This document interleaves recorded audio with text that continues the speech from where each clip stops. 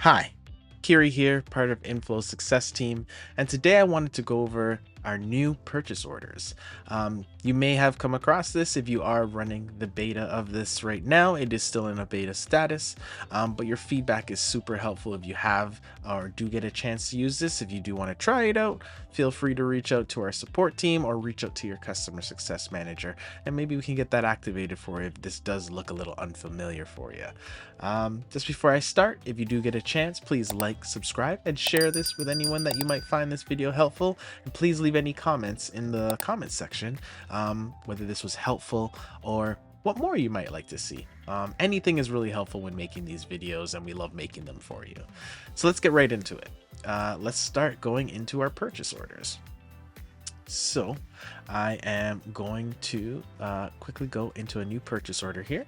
And today I'm going to start off by selling something to Wayne Enterprises. You know, last time we on the sales order side that Phil was doing in our last video. And if you haven't seen that, it's just in the link here below and in the description. We went over how Clark Kent was purchasing things. This time around, we're going to have Bruce Wayne buying a couple things back from Superman. So as you may see, there is a bit of a change if you haven't seen this before. Now all of our information is here at the top.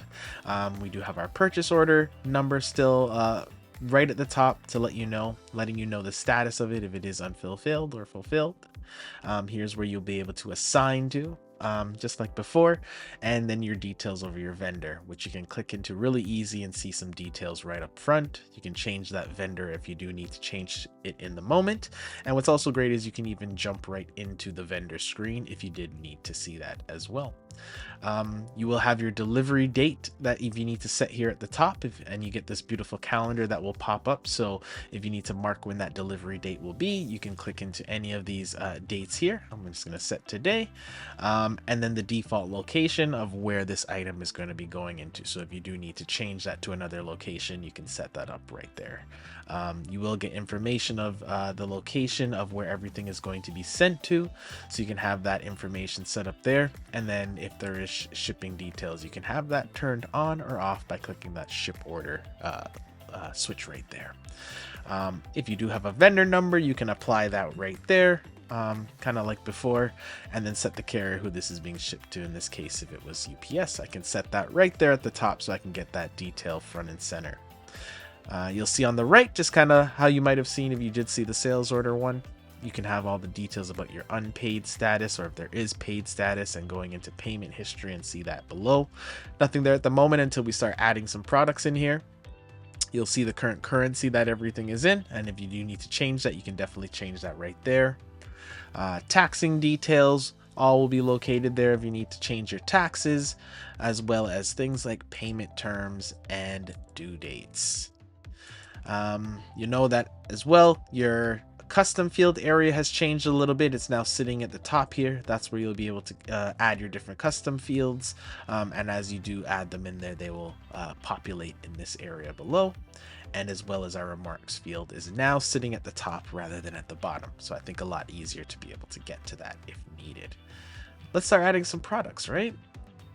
So in this case, we are buying some stuff from Wayne Enterprises. In this case, I'm going to be buying some Superman material. So I'm going to get Superman's boots. I'm also going to be purchasing some licorice. I hear that Batman's favorite kind of candy is licorice, you know, dark and sweet, I guess. And the last thing I will buy as well from him is some kryptonite, which not sure why he's storing that, but hey, you never know. You always got to be safe. What I did want to also show is that what we didn't have before, the ability of adding different line items for products. So again, if you needed to make a note of that, this will add another line item is here. So if you do need a little bit more visibility on buying multiple products, you can actually add different line items. So I'll leave that there just so we can do that. I'm going to change a little bit of our quantities here, and you can see how, you know, all the same details as before of, you know, depending on units of measures that you're using, how much quantity that you have, those will all be added there. I'm just going to hit save for right now. A really cool feature that I really liked with this beta is now being able to rearrange. So you can actually grab the little side button right here and toggle between those. So if you did want to lay out your purchase orders in a different way, you can also do that.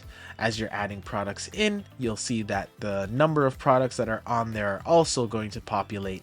And just like sales orders, if I have a really long list here, I'll actually be able to see that sticky balance right there at the bottom. And if I hit view totals, just like on our sales orders, you can go and pop back to the bottom. So if this list does get very long, you'll still be able to see that number at a really quick glance. Also, just like sales orders, cost details will be in here that are tracking that. You may have remembered this from our tariffs video. Again, I'll link that below in the bio, in the description field, sorry. So if you do want to check that out, you can see that as well.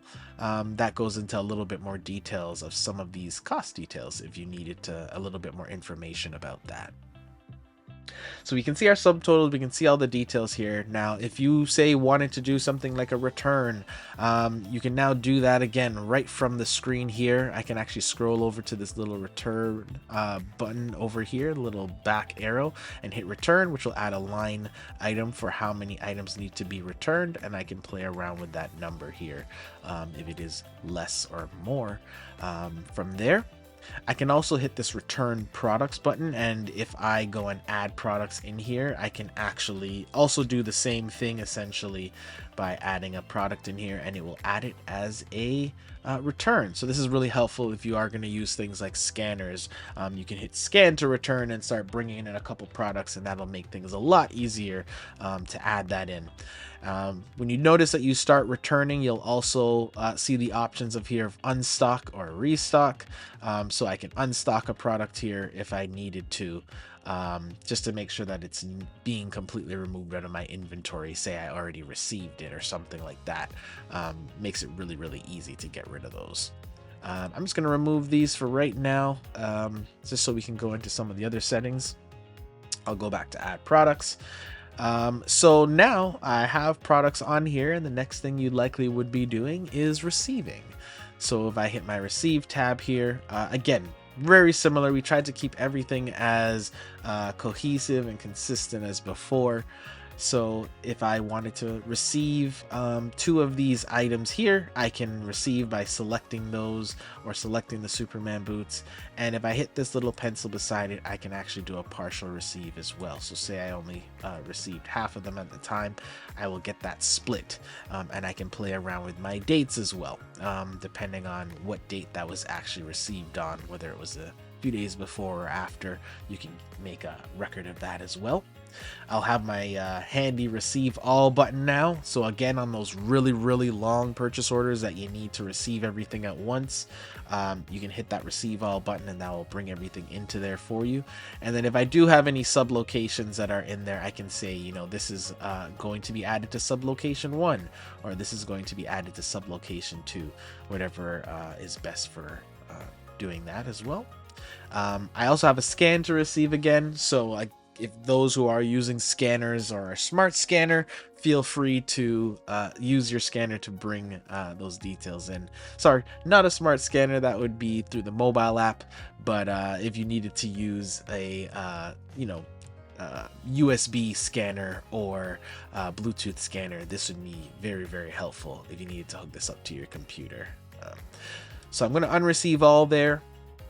And I'm just going to keep everything blank for right now, and I am just going to hit receive all and save that here just so everything is nice and smooth. Now that's all received, I can bring those in. I see my received dates. I can edit my locations from here. So say I did make a mistake, oh, that doesn't need to be sublocation 1, I can clear that. It's just going in my regular sublocation. And this other piece of kryptonite will go into my secret sublocation 2 if I needed to. So let me save that up. I get a total of received quantity here at the bottom, which is also very helpful. So this will total up all the quantities here of all my products, so I can get a record again of total of 4 products, but I have a total quantity of 9 on here. So again, I know that was something that a lot of people wanted to see a little bit more of, so that is really helpful. If your receiving team needs to add any remarks, they can add those fields, which will be separate from the regular remarks. So again, that is not being taken away. You still have the option to be able to leave those details as necessary. So let's go a little bit into payment now. Again, if I wanted to pay everything all at once, I can go back here and shows that everything is paid. I can still hit my paid button there, or again, I can go into my payment history to see that detail there.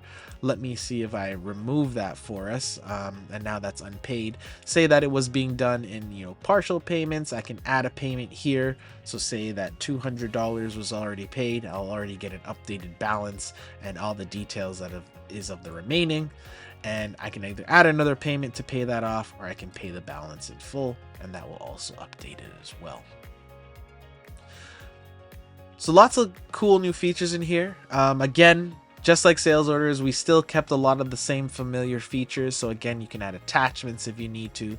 You can copy the order, print the order out in your respective document that needs to go out, or label, emailing directly right from here, and then also converting this to a quote are still available on these new purchase orders.